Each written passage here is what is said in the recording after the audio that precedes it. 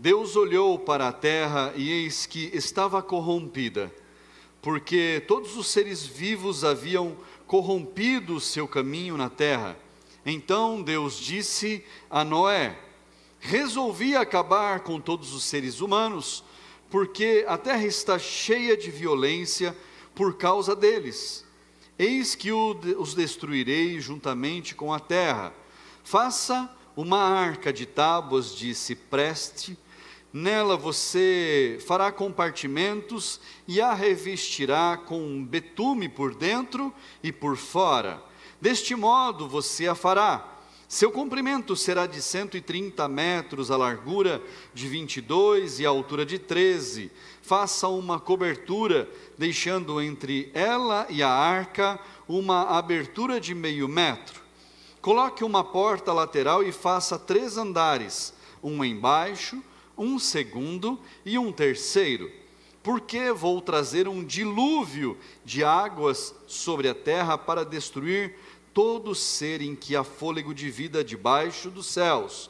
Tudo que há na terra será destruído, mas com você estabelecerei a minha aliança, e você entrará na arca, você e os seus filhos, a sua mulher e as mulheres dos teus filhos. De todos os seres vivos você fará entrar na arca 2 de cada espécie, macho e fêmea, para conservá-los vivos com você.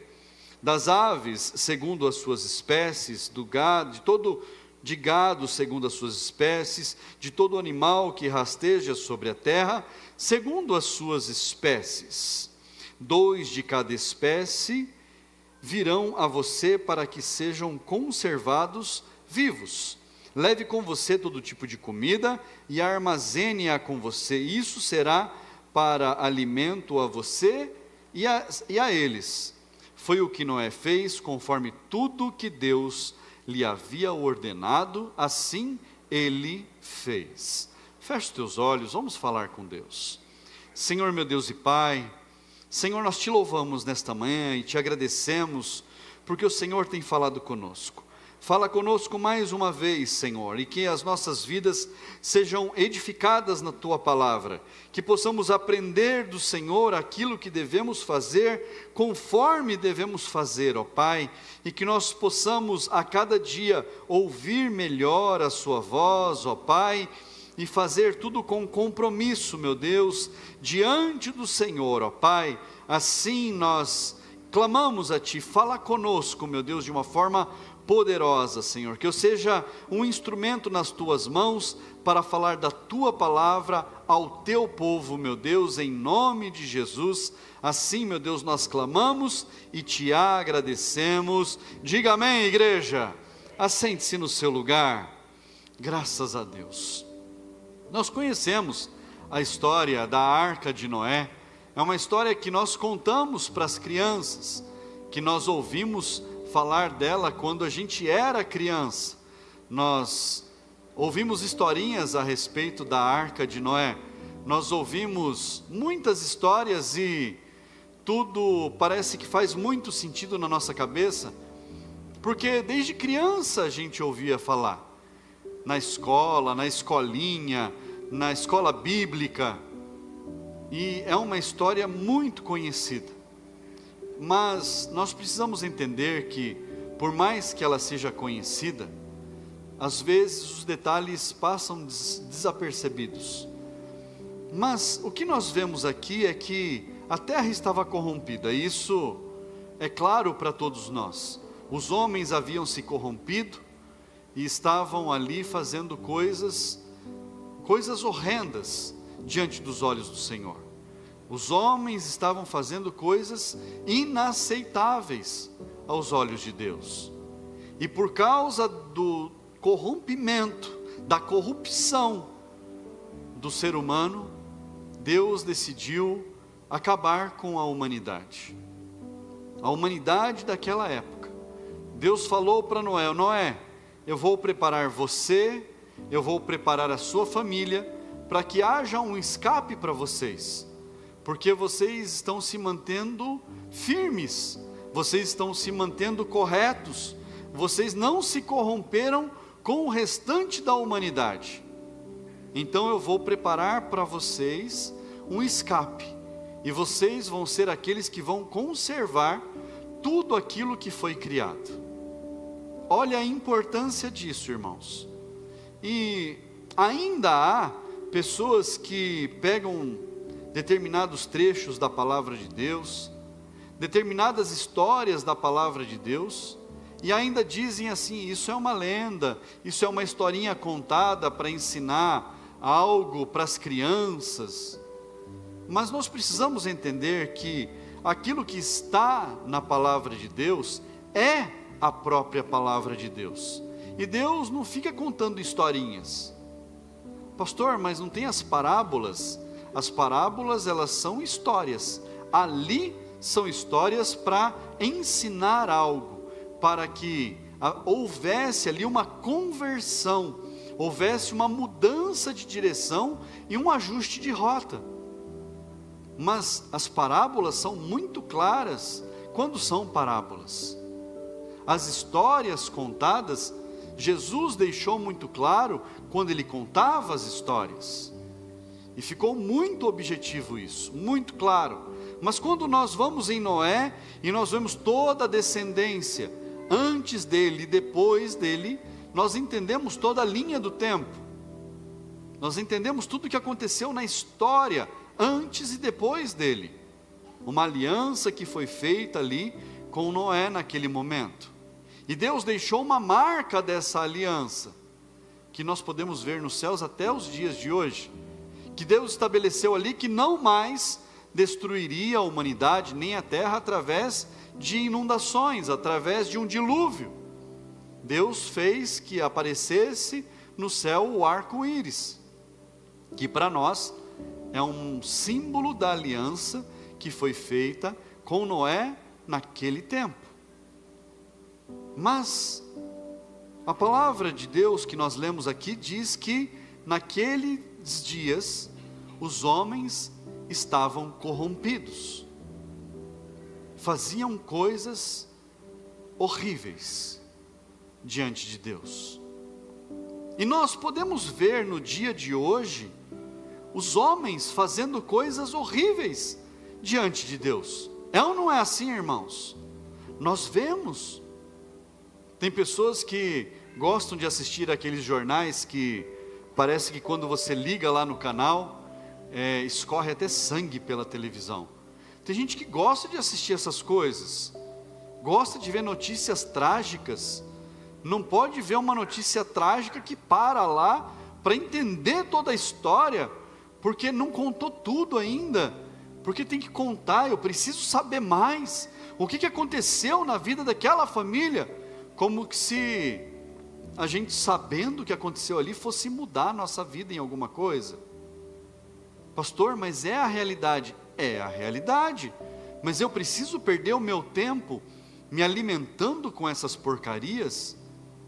Eu preciso gastar o meu tempo ouvindo ali um dramalhão a respeito de uma tragédia, a respeito de uma história ruim, a respeito de uma família corrompida, a respeito de coisas que não dizem respeito às nossas vidas? Eu preciso deixar com que essas porcarias entrem na minha casa e ameacem também a minha família? Então eu posso escolher aquilo que entra na minha casa. Não é apenas entrar pela porta, mas eu posso escolher as notícias que entram na minha casa. Ô pastor, mas aí a gente não fica alheio? Não, ou a gente bane essas coisas de dentro da nossa casa, ou talvez a casa que recebe esse tipo de notícia possa ser a próxima a ser noticiada. E nós precisamos entender isso, porque o mundo está corrompido, e o mundo que está corrompido quer corromper aqueles que se mantêm puros. Aquele que está corrompido quer corromper aquele que quer se manter santo. Nós vemos isso, irmãos. Nós vemos que aquele mundo que está lá fora, eles não aceitam o nosso modo de viver. não aceitam a nossa forma de falar. Eles falam assim: poxa, mas você não fala um palavrão? Por que eu preciso falar palavrão? Por que eu preciso me comportar da maneira que o outro quer que eu me comporte? Por que eu preciso andar segundo os padrões do que o outro lá fora quer que eu ande? E no tempo de Noé, todos andavam da mesma forma, menos Noé e os seus filhos, a sua esposa, as esposas dos seus filhos. Noé conservou ali a família dele, no serviço, na adoração a Deus, no louvar ao Senhor. Noé conservou a família. Nós precisamos conservar a nossa família. E ainda tem gente que fala assim: pastor, nada a ver, o pior cego é aquele que não quer ver. Esse é o pior cego. Tem pessoas que estão cegas porque simplesmente elas não começaram a enxergar ainda, porque a verdade não chegou até elas. Esse é o cego natural. Mas o pior é aquele que ouve, aquele que presencia, aquele que conhece a Deus, mas mesmo assim ainda não quer enxergar a realidade. Esse é o pior cego. E nós não podemos nos fazer de cegos. Nós não podemos nos tornar cegos. E agora, algo sublime. Deus falou para Noé: Noé, você vai fazer um barcão, um navio, assim, assim, assado, com madeira, vai passar betume, vai ter tanto de comprimento, tanto de largura, tanto de altura, tantos andares, porta aqui, espaço ali. E Noé nunca tinha visto um barco na vida dele. E ele simplesmente seguiu aquilo que Deus fez, aquilo que Deus falou para ele fazer. Simplesmente foi seguindo as instruções e foi construindo. Agora, irmãos, além de construir, Noé ainda anunciava: Deus mandou eu construir porque vai vir um dilúvio e vai matar todo mundo. Porque aquele negócio começou a chamar a atenção, irmãos. Era muito grande. Muita madeira foi cortada para acontecer a construção da arca. Movimentou a família dele. Durante quanto tempo, irmãos? Durante cerca de 100 anos o barcão foi construído. Levou cerca de 100 anos para construir, irmãos. Não começou hoje e semana que vem estava pronto. Durante cerca de 100 anos, esse homem construiu esse grande barco. Agora, eu imagino que ele era motivo de chacota. Talvez ele andava ali pelas redondezas e as pessoas tiravam sarro dele. Eu acredito que as pessoas iam ver lá o barcão sendo construído. Talvez se tornou um ponto turístico das pessoas irem lá e darem risada de Noé. Fala: Noé, o que você está fazendo? Que dilúvio! Não tem nem sinal de chuva, Noé. Nem chove. Você vai construir um barco para quê? Aqui não tem nem rio, não tem mar, não tem nada. Você está construindo esse negócio por quê? Para com isso. Se junta a nós, vamos viver a vida. Vamos para as festas. Vamos passear. Vamos tirar o nosso tempo. Você precisa tirar um tempo para você, não é? Para com isso. E as pessoas ali tentavam convencer Noé. Mas ele continuou firme no propósito. Fala comigo: firme no propósito. E Noé falava: eu estou construindo esse barco porque Deus me mandou construir, porque vai vir um dilúvio e vai matar todo mundo. Agora, imagine, irmãos, um doido varrido falando que ia acabar tudo, que havia um dilúvio, que ia matar todo mundo. Quem quer acreditar num homem desse? desdenhavam dele, tiravam sarro dele. Ninguém acreditou, irmãos, a não ser ele e a sua família. A não ser Noé e a sua família acreditaram e estavam empenhados juntos no trabalho, no propósito.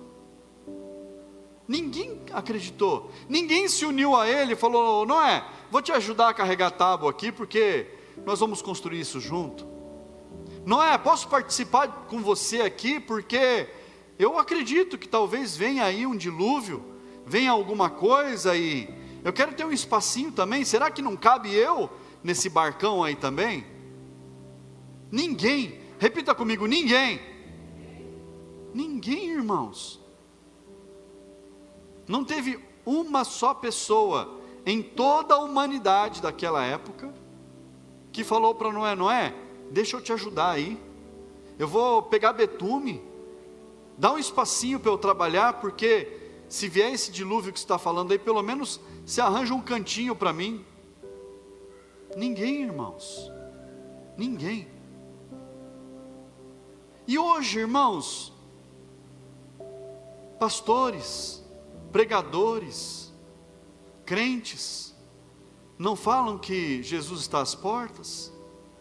Não falam que Jesus está voltando? Não declaram que Jesus está voltando para buscar a sua igreja? Não tem declarado que vai acabar, que os dias vão cessar? Uns acreditam que vai vir o arrebatamento e depois vem as provações, vem o tempo de tribulação. Outros acreditam que a igreja vai entrar no período de tribulação e depois vai acontecer o arrebatamento. Tem gente que fala, que acredita que vai passar todo o período de tribulação e depois da tribulação é que a igreja vai subir aos céus. Outros acreditam de outras formas, mas todos, irmãos, que pregam a respeito da vinda de Jesus, independentemente do tempo, seja pré-tribulacionista, seja tribulacionista, seja pós, seja milenista, seja o que for, acreditam que Jesus vai voltar, independente do tempo. Os especialistas, eles falam: olha, vai ser em tal época, vai ter que acontecer isso, isso e isso primeiro, para depois Jesus voltar. E eles ficam olhando os sinais, ficam analisando as profecias, e eles ficam determinando ali: olha, não está tão breve assim, porque falta tal e tal coisa. Outros especialistas falam: está mais perto do que a gente pensa, porque já está se cumprindo tal e tal coisa. Os especialistas de plantão, irmãos, eles falam um monte de coisa. Na época de Noé, tinha os especialistas também, que falavam assim: Noé, nada disso vai acontecer, para com isso, que negócio de chuva, que negócio de dilúvio, isso não existe. O que Deus está falando? Deus não está falando nada disso. Os especialistas falavam: não vai acabar o tempo. Os especialistas de plantão da época tiravam sarro de Noé e falavam: Noé, para com isso, você está perdendo o seu tempo, não vai acontecer nada disso. A gente sabe, a gente está vendo o tempo, a gente está lendo as coisas, a gente entende de tudo, e não vai acontecer nada disso. Irmãos, se nós sabemos que Jesus vai voltar, e nós sabemos que Ele vai voltar, nós precisamos estar preparados. Pergunta para quem está do seu lado aí: quando é que Jesus vai voltar? Pergunta para essa pessoa, fala assim: quando é que Jesus vai voltar? Talvez essa pessoa que está do seu lado, ela fala assim: eu acredito que Jesus vai voltar antes da tribulação. Talvez essa pessoa fale assim: eu acredito que a igreja vai entrar na tribulação e depois Jesus volta. Essa pessoa que está do seu lado pode falar inúmeras coisas a respeito da volta de Jesus, mas uma coisa é certa: Jesus vai voltar, sim ou sim? Vai voltar. Mas quando que Jesus vai voltar? Talvez você bata o pé na porta e você morra, e ali seja a hora de Jesus voltar para você. Talvez o seu fôlego de vida acabe e Jesus voltou para você. O meu pai estava um dia em casa com a gente, foi para o hospital, passou mal, e Jesus voltou para ele, porque a vida acabou no dia seguinte. Ele queria morrer? Não, mas acabou. E quantas pessoas se dão por desavisadas, e ficam esperando isso e aquilo, sinal daquilo, sinal disso, e não se lembram que a morte é uma certeza, a não ser que Jesus volte. Pastor, eu não quero morrer. Eu também não. Quem quer morrer? Ninguém. Mas todo mundo vai, se Jesus não voltar antes. E nós precisamos estar preparados. Nós precisamos estar salvos. Ô pastor, já me batizei, tem 40 anos que eu já me batizei, então, batizado, salvo. Vai brincando. Brinque com a salvação. Porque o batismo é o primeiro passo. Não é o último. É o primeiro. Porque tem uma vida a ser cuidada depois disso. Tem uma vida a ser zelada depois disso. E nós precisamos estar salvos todos os dias. Abra sua Bíblia, lá no Evangelho de Mateus, capítulo 24. Evangelho de Mateus, capítulo 24.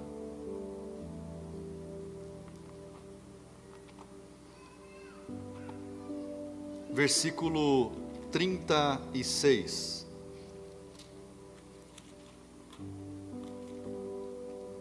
Mateus 24, 36, diz assim: mas a respeito daquele dia e hora, ninguém sabe, nem os anjos dos céus, nem o Filho, senão o Pai. Pois assim como foi nos dias de Noé, assim também será a vinda do Filho do Homem. Pois assim como nos dias anteriores ao dilúvio, comiam e bebiam, casavam e davam-se em casamento, até o dia em que Noé entrou na arca, e não perceberam, até que veio o dilúvio e os levou a todos. Assim também será a vinda do Filho do Homem. Então 2 estarão no campo, um será levado, outro será deixado. 2 mulheres estarão trabalhando no moinho, uma será levada e a outra será deixada. Portanto vigiem, porque vocês não sabem em que dia virá o Senhor de vocês. Porém considerem isto: se o pai de família soubesse a que hora viria o ladrão, vigiaria e não deixaria que a sua casa fosse arrombada. Por isso estejam também vocês preparados, porque o Filho do Homem virá a hora em que vocês menos esperam. O Filho do Homem virá quando vocês menos esperam. Jesus vai voltar, irmãos. Jesus vai voltar. E você precisa estar preparado. Você precisa estar pronto. Você precisa estar salvo. Os especialistas, eles falam que falta muito. Os especialistas falam que precisa acontecer isso, isso, isso e aquilo para Jesus voltar. Mas os obedientes, eles ouvem a voz de Deus. Noé obedeceu. Noé não era especialista.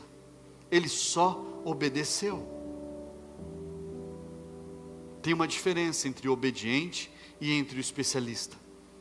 Tem uma grande diferença.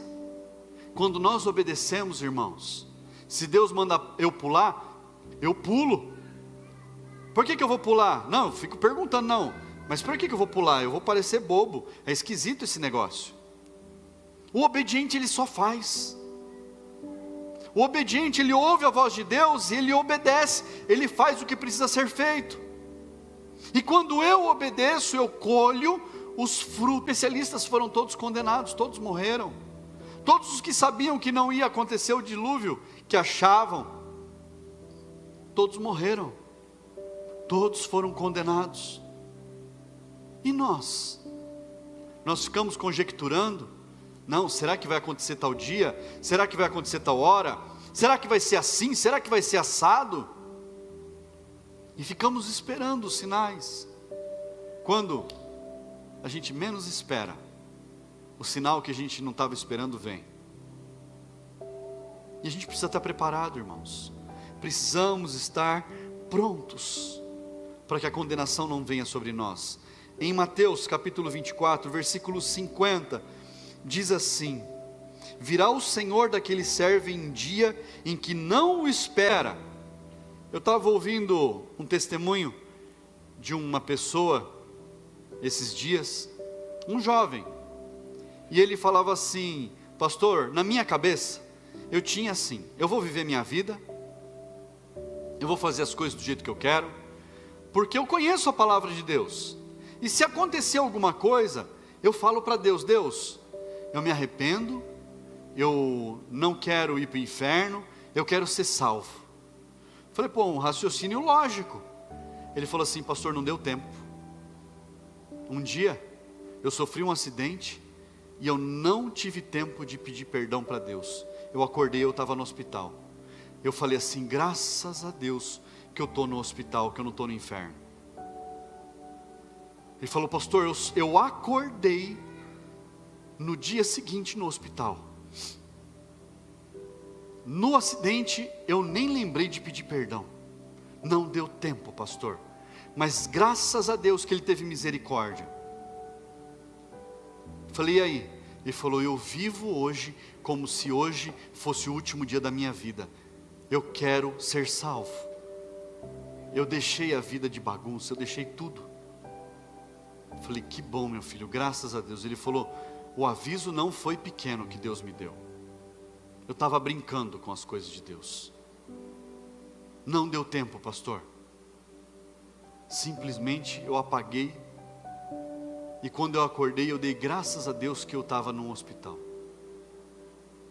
Irmãos, nós não sabemos o dia, a hora, e a gente não vai conseguir esperar o momento, falar: agora Jesus veio, agora eu vou para o céu. Não vai dar tempo. A gente tem que ser obediente, irmãos. Temos que estar debaixo da obediência. Ainda em Mateus tem uma história que Jesus ele propõe, e ele fala a respeito de 2 filhos, uma parábola. Ele fala assim que havia 2 filhos. Um filho, ele falou para o pai: pai, eu não vou fazer tal coisa que o senhor está mandando. Mas depois o pai saiu, ele repensou e ele foi lá e fez o que o pai tinha mandado. E o outro filho, ao contrário, ele falou assim: não, pai, eu vou fazer tudo o que o senhor está mandando. E quando o pai saiu, ele falou assim: vou fazer coisa nenhuma. Qual dos 2 filhos é o melhor? Qual dos 2 filhos agiu correto? E aí, os discípulos falaram ali: o primeiro, né, que falou que não ia fazer, mas ele foi e obedeceu, ele tomou consciência. Exatamente. Por mais que a gente fale: isso é bobeira, e isso e aquilo, a gente precisa colocar a palavra que Deus está falando para nós dentro do coração e ponderar. E chegar um momento em que precisa obedecer, a gente tem que obedecer. A gente tem que seguir o caminho que precisa ser seguido. A gente não pode levar as coisas de qualquer forma. E Deus chama a nossa atenção. Em Apocalipse capítulo 2, abra lá a sua Bíblia. Apocalipse capítulo 2, versículo 4, diz assim: tenho porém contra você o seguinte: você abandonou o seu primeiro amor. E Deus chama a atenção, fala assim: lembre-se, pois, de onde você caiu. Qual foi a besteira que você fez? Qual foi o pensamento que você deixou entrar no seu coração? Lembre-se, pois, de onde você caiu. Arrependa-se e volte à prática das primeiras obras. Arrependa-se e volte ao primeiro amor. Arrependa-se e volte à obediência. E depois vinha uma ameaça: senão virei até você e tirarei o seu candelabro do lugar dele. Eu vou tirar aquilo que está conduzindo a sua vida. Eu vou tirar de você aquilo que você acha que conduz a sua vida.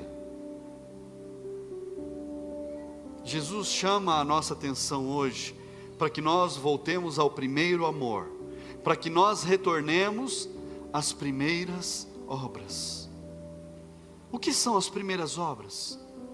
O que é o primeiro amor? Sabe o primeiro amor, o que é?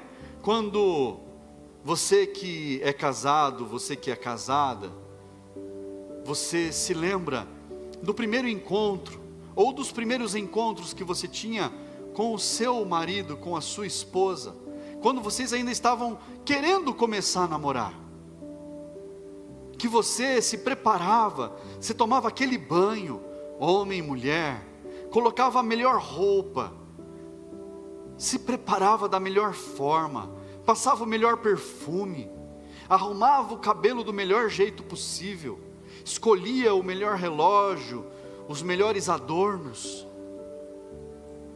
para que você, quando fosse ali se encontrar com a sua namorada, você ou com o seu namorado, você estivesse ali muito bem apresentável. Mas não só isso.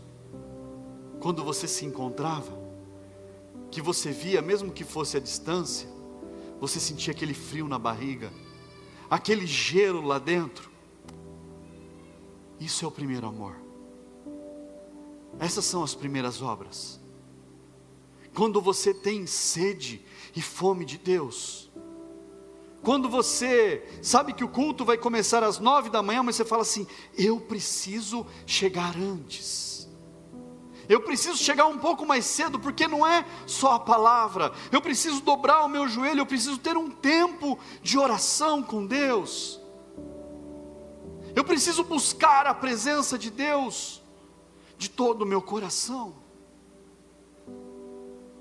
E você entregar o seu melhor, seja no levantar das suas mãos, seja na sua adoração, seja no louvor que você vai cantar, seja quando você está batendo palmas, fazer o seu melhor,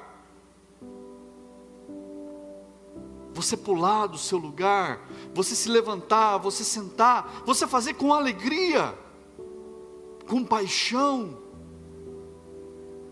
Isso é o primeiro amor. Isso são as primeiras obras. É você olhar para a casa de Deus e falar assim: eu preciso fazer mais. É você olhar para o reino e você falar: eu preciso fazer mais. Eu preciso me dedicar um pouco mais. Eu preciso viver um pouco melhor. Eu preciso ser aquele que crê que Jesus está voltando. Voltar ao primeiro amor, fazer o seu melhor, independente de qual seja o seu melhor, você se empenhar ao máximo para você entregar o seu melhor. Que você volte ao primeiro amor, que você volte e viva as primeiras obras todos os dias da sua vida. Que você, ao acordar pela manhã no domingo, você fala assim: hoje é o dia de eu cultuar ao Senhor, hoje é o dia do Senhor, hoje eu vou à casa de Deus, eu vou entregar o meu melhor, eu vou fazer o meu melhor, eu preciso estar na presença do Senhor. Não importa o quão cansado você possa estar, não importa o horário que você tenha ido dormir, não importa as preocupações que você tenha da sua vida, é você colocar tudo isso de lado e falar: hoje eu vou fazer o meu melhor.